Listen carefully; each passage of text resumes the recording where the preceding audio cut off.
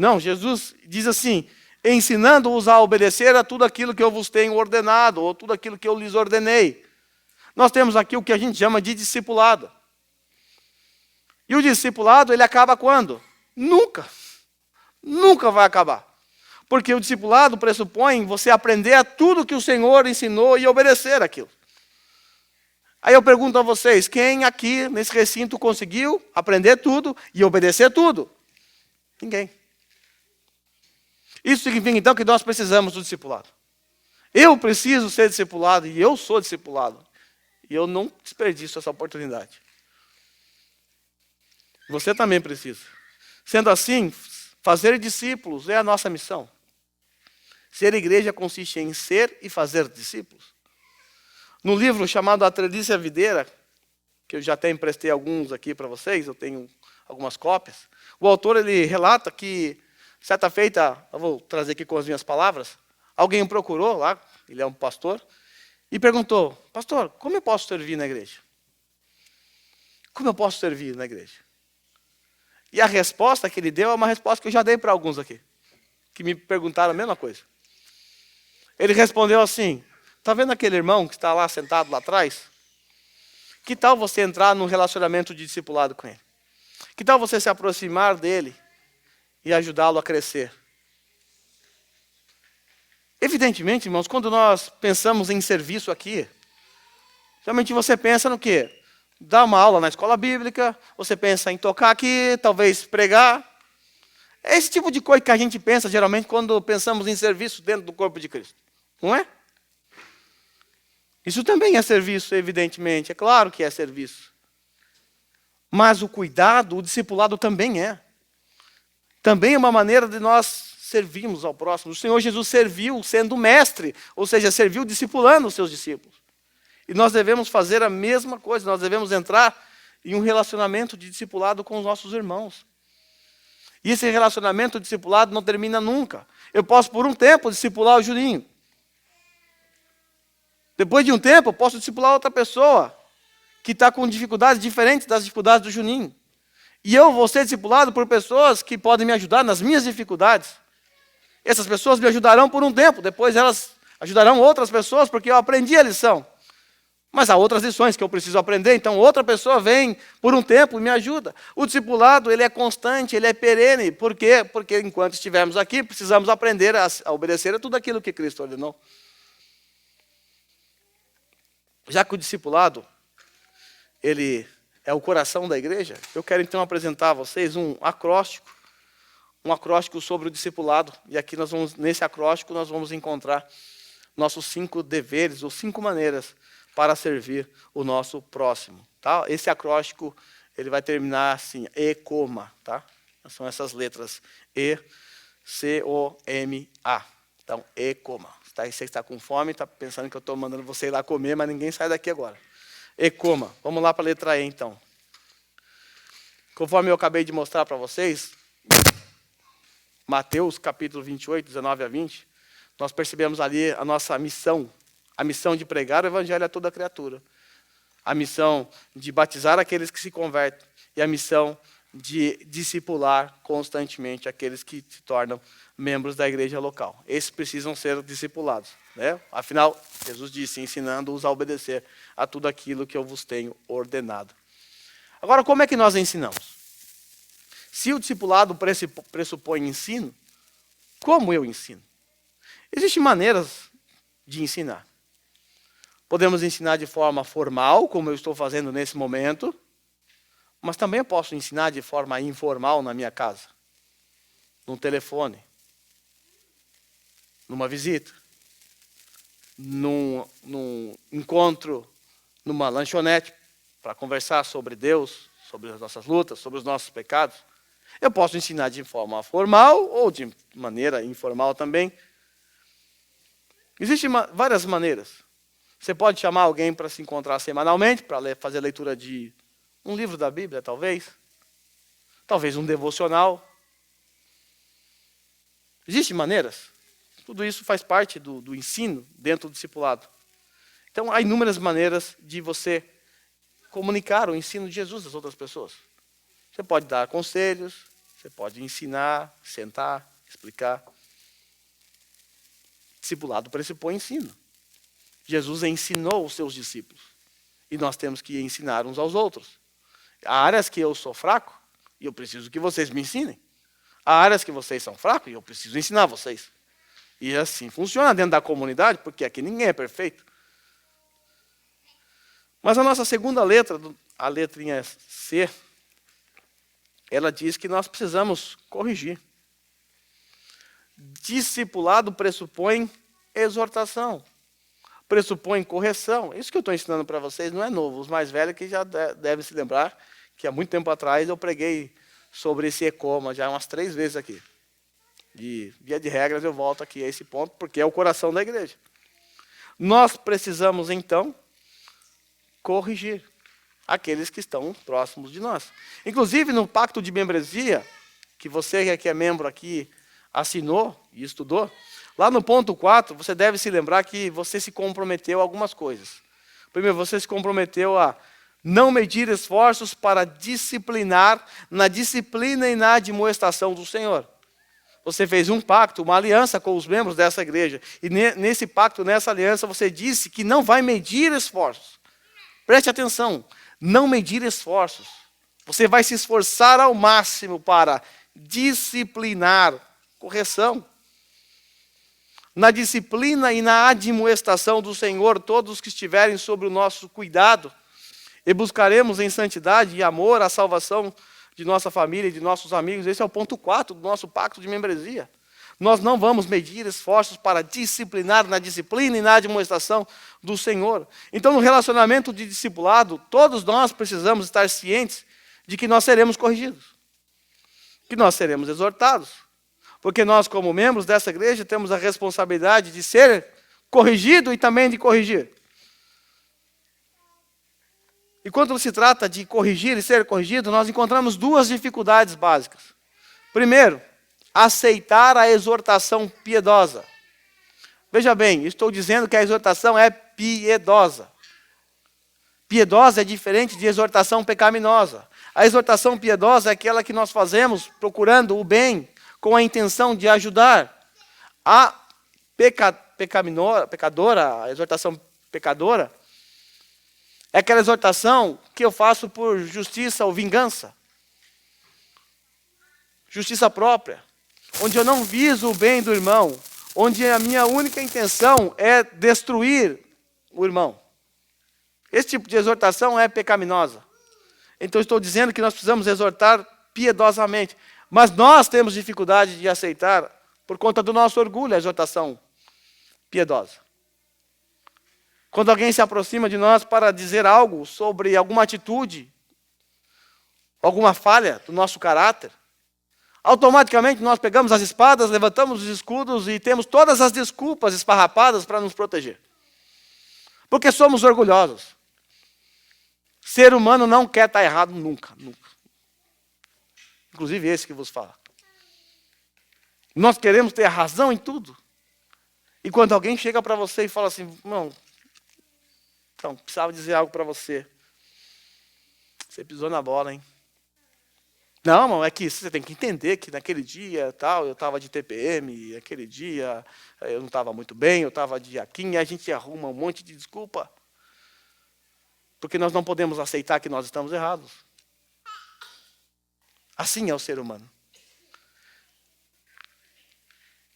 Mas existe também uma segunda dificuldade, que todos nós aqui enfrentamos nessa igreja, e eu gostaria muito que nós mudássemos. Tem melhorado muito, mas eu gostaria que mudasse mais, que fosse mais intenso. A segunda dificuldade é a dificuldade em ofertar a exortação piedosa. Às vezes nós percebemos as pessoas pisando na bola, errando, falhando, e aí a gente fica com receio de chegar nesse irmão ou nessa irmã. Nós temos o temor dos homens, porque nós ficamos preocupados em que atitude essa pessoa vai ter. Será que ela vai virar o rosto para mim? Será que ela não vai falar mais comigo? Então, por medo das reações, nós acabamos por não ofertar a nossa exortação piedosa. Porque tememos as reações das pessoas. Brincadeira, hein?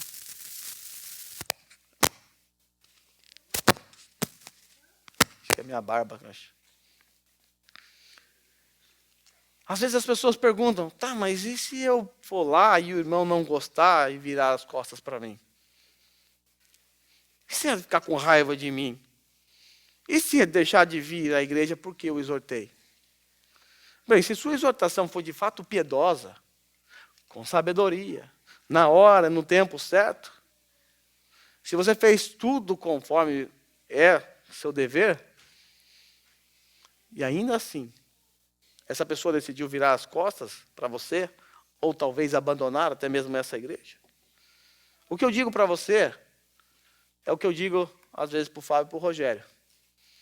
Nós devemos deitar a nossa cabeça no travesseiro com a consciência tranquila. Com a consciência tranquila, porque é uma decisão da pessoa. Nós não somos responsáveis pelas reações das pessoas. Nós somos responsáveis por cumprir o nosso papel. Então, se você cumpriu o seu papel, e a pessoa não gostou muito, é um direito dela de reagir mal. Então, deita a sua cabeça tranquilo no travesseiro, porque você cumpriu a sua missão. Cumpriu o seu papel. Agora, se você vê um irmão em pecado, em falha, e você não faz nada, não deite a sua cabeça tranquila no travesseiro. Jamais. Porque você é responsável pela vida dele. E quando nós nos tornamos membros de uma igreja, a sua vida diz respeito a todo mundo dentro dessa comunidade. Às vezes as pessoas dizem assim, minha vida não tem nada a ver com turma aqui não. Hein? A vida é só diz respeito a mim. Você é membro dessa igreja, a sua vida diz respeito a todos. Porque você está pactuado. Você está dentro de uma aliança. E se eu vejo você falhando, errando, e eu não corrijo, eu não estou cumprindo o meu papel. Você não está cumprindo o seu papel. Você está vendo o irmão se afogando, você tem o bote para jogar e você não joga porque está com medo dele ficar bravo porque você jogou o bote, salva a vida e bateu na cabeça dele. E aí você prefere deixar ele morrer afogado. Isso é falta de amor. E falta de amor não cabe num cristão. É uma roupa que não serve para um cristão. Porque Cristo nunca vestiu essa roupa. A roupa de Cristo é a roupa do amor. E nós devemos vestir a mesma roupa. O que eu estou tentando dizer para vocês é que se nós não ofertarmos a nossa exortação piedosa, com isso nós não estamos amando o próximo. E não amar o próximo é uma violação da segunda tábua da lei. Porque o discipulado, ele pressupõe correção. O que Jesus acabou de fazer com Pedro no nosso texto? Não foi uma correção braba? Você não vai deixar eu lavar teu pé? Então você não tem parte comigo. Você não vai entender agora, mas uma hora você vai entender. E depois, no final, ele disse, olha, vocês estavam discutindo quem quer ser maior? Eu vou corrigir vocês. Vocês estão errados. O maior aqui é o menor, o maior aqui é escravo. Vocês estão errados. Jesus estava corrigindo os seus discípulos. E correção pressupõe amor. A nossa tendência é nos afastar das pessoas que nos corrigem. O Candião chega e dá uma exortação em mim, então eu não quero mais papo com o Candião, não. Me corrige, me exorta. O discipulado, ele pressupõe correção, e quando alguém te corrige, é porque essa pessoa te ama.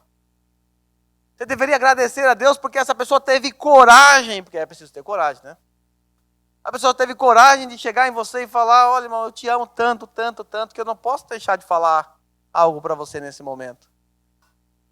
Eu vou te falar algo aqui para você, eu vou dizer algo para você aqui, mas não é porque eu estou com raiva de você, nada, eu estou aqui para te ajudar. Na verdade, depois eu quero até orar com você.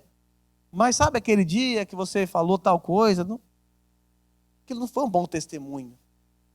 Havia ímpios. Eles viram você falando aquilo, eles viram a sua atitude. Ou qualquer outra coisa.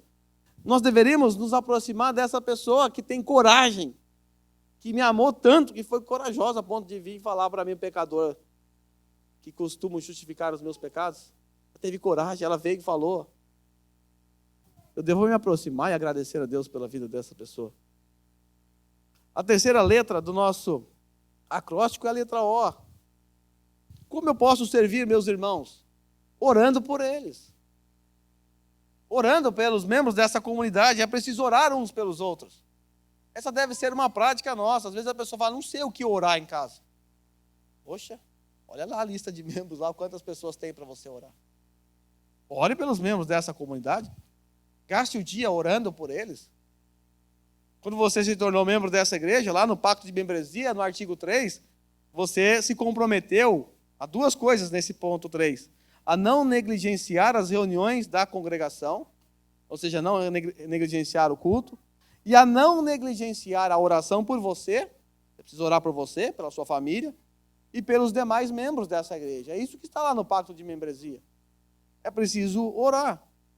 Quando algum irmão coloca o pedido de oração lá no grupo, às vezes a gente coloca lá o emoji. Mas deixa eu dizer para você, emoji não é oração, tá? É só um emoji. É para orar. Às vezes a gente coloca o emoji e vai fazer outras coisas e acaba esquecendo. Quando você colocar o emoji, ore. Ore primeiro, depois coloca emoji, não precisa esquecer. Nós precisamos orar uns pelos outros. Nós vimos essa semana, o nosso irmão Paulão pediu lá no grupo uma oração pela filha dele, que entrou em trabalho de parto, e um parto prematuro. Rompeu a bolsa no 7º mês. É perigoso. Ele pediu oração. Você orou por ele mesmo? Você se lembrou do pedido de oração? Depois você agradeceu a Deus porque deu tudo certo, o bebê nasceu? Mas nós precisamos orar uns pelos outros. Agora, se você não sabe o que orar, você pensou no irmão aqui agora, aleatório, e você não sabe o que orar, isso significa que você precisa se aproximar mais desse irmão, para conhecê-lo melhor. Porque à primeira vista, a gente olha para todo mundo, parece que está todo mundo perfeitinho aqui, bonitinho. Mas isso não é a realidade. Nós passamos por lutas, passamos por problemas. Você pode ver eu, o Fábio, o Rogério aqui pregando, você pode achar o Highlander aqui, os intocáveis. Mentira. Temos as nossas lutas. Então, se você não sabe o que orar, se aproxima de alguém que você vai descobrir que existem inúmeras razões para você orar por essa pessoa. Além de estreitar o seu relacionamento com ela. Então, discipulado pressupõe oração. É preciso orar uns pelos outros. Nós vamos correr aqui por conta do tempo. A quarta letra é a letra M. De modelo. Modelo aqui é a ideia de exemplo, tá? Na comunidade da fé, nós ensinamos não apenas através do ensino formal e informal. Nós também ensinamos através do exemplo. Nós, então, precisamos, por conta disso, ajustar a nossa vida ao padrão de Cristo.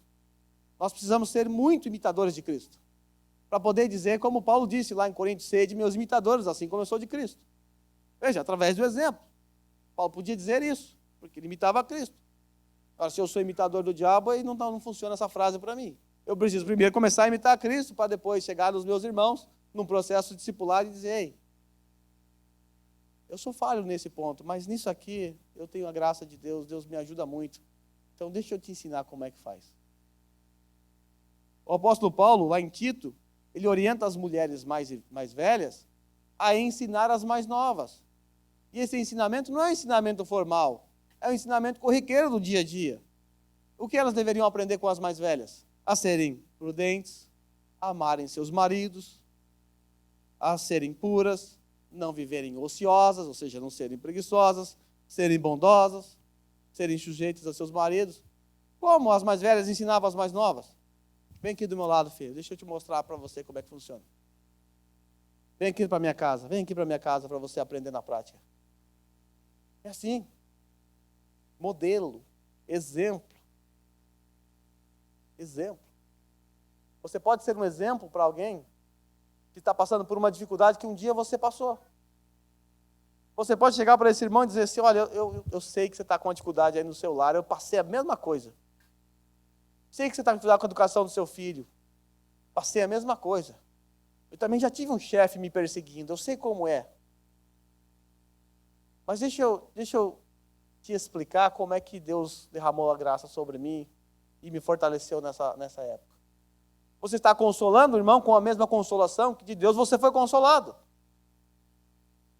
Então nós podemos e devemos ser exemplo dentro da comunidade da fé.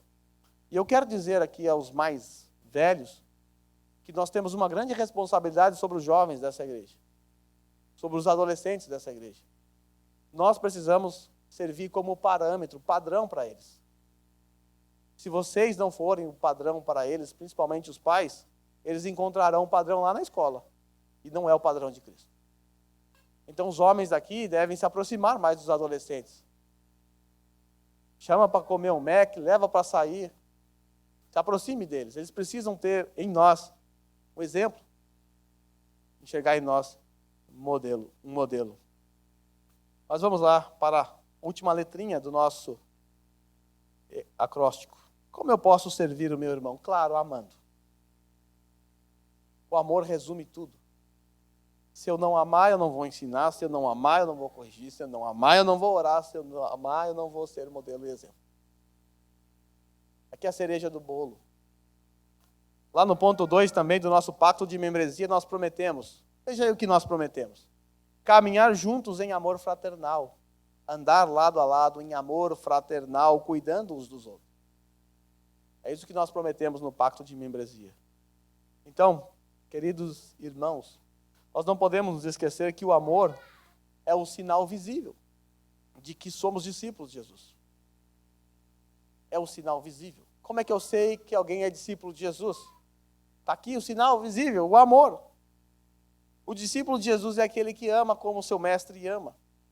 Na semana passada nós vimos lá no primeiro verso que o nosso Senhor nos amou até o fim. Ele nos amou entregando a sua própria vida por nós.